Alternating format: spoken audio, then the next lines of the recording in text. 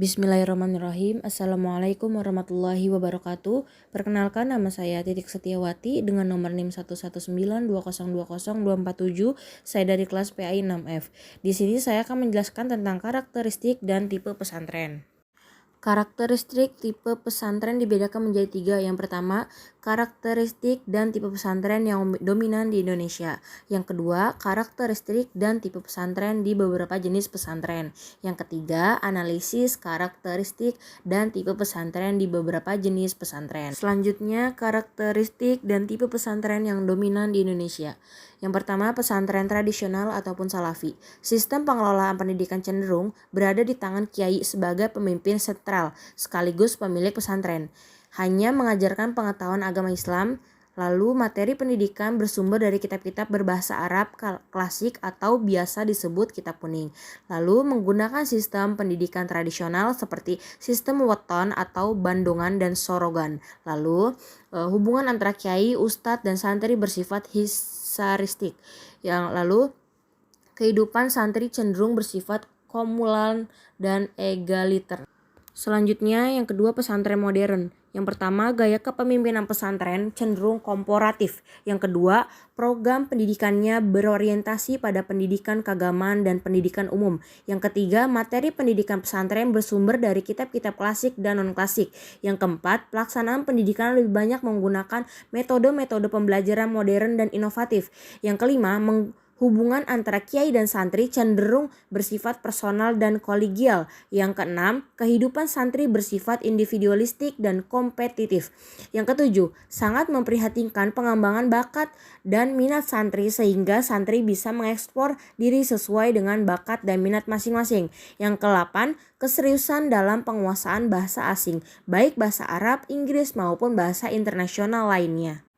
Selanjutnya, menurut Manfred Ziemek, tipe-tipe pesantren di Indonesia digolongkan ke dalam beberapa tipe, yakni yang pertama, pesantren tipe A, yakni pesantren yang sangat tradisional. Yang kedua, pesantren tipe B, yakni pesantren yang mempunyai sarana fisik, masjid, rumah kiai, pondok, atau asrama yang disediakan bagi para santri, terutama bagi santri yang dari daerah yang jauh sekaligus menjadi rumah belajar. Yang ketiga, pesantren tipe C atau disebut pesantren salafi yang ditambah dengan lembaga sekolah seperti madrasah, SMA atau kejuruan yang merupakan karakteristik pembaharuan dan modernifikasi dalam pendidikan Islam di pesantren. Yang keempat, pesantren tipe D, yaitu pesantren modern. Yang kelima, pesantren tipe E adalah pesantren yang tidak mempunyai lembaga pendidikan formal tetapi memberikan kesempatan kepada para santri untuk belajar pada jenjang pendidikan formal di luar pesantren.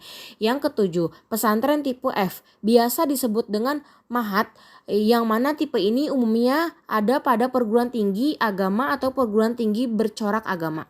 Selanjutnya, meninjau keanekaragaman pesantren yang sudah dipaparkan di atas. Abdullah Syukri Zakarsy mengemukakan pendapat bahwa pesantren sejak diberdirinya sehingga perkembangannya sampai sekarang dapat dikategorikan menjadi 3 macam bentuk, yakni yang pertama, pesantren tradisional yang masih tetap mempertahankan tradisi-tradisi lama. Yang kedua, pesantren semi modern, yakni pesantren yang memadukan antara pesantren tradisional dan pesantren modern. Yang ketiga, pesantren modern yang kurikulum juga sistem pembelajarannya telah tersusun secara modern. Lalu, unsur-unsur pendidikan pesantren, Mas Tuhu membagi pesantren pada 3 unsur, yakni yang pertama, perilaku, kiai, ustadz, dan pengurus. Yang kedua, sarana perangkat keras, masjid, rumah kiai, rumah ustadz, pondok, dan lain sebagainya. Yang ketiga, sarana perangkat lunak, tujuan, kurikulum, sumber belajar, yakni kitab, buku, dan sumber belajar lainnya. Selanjutnya, ciri-ciri pendidikan pesantren. Yang pertama, terdapat hubungan yang akrab antara santri dengan kiainya. Yang kedua, kepatuhan santri kepada kiainya. Yang ketiga, hidup sederhana dan hemat betul-betul dipraktekkan dalam kehidupan sehari-hari di pesantren. Yang keempat, kemandirian yang amat terasa di pesantren. Yang kelima, jiwa tolong-menolong juga suasana persaudaraan sangat mewarnai pergaulan di pesantren. Yang keenam, kedisiplinan yang sangat ditekankan dalam kehidupan di pesantren. Yang ketujuh, berani menderita untuk mencapai tujuan yang amat mulia. Mungkin itu saja yang dapat saya sampaikan pada materi kali ini. Mohon maaf apabila ada perkataan atau penyebutan yang salah. Billahi taufiq wa hidayah. Wassalamualaikum warahmatullahi wabarakatuh.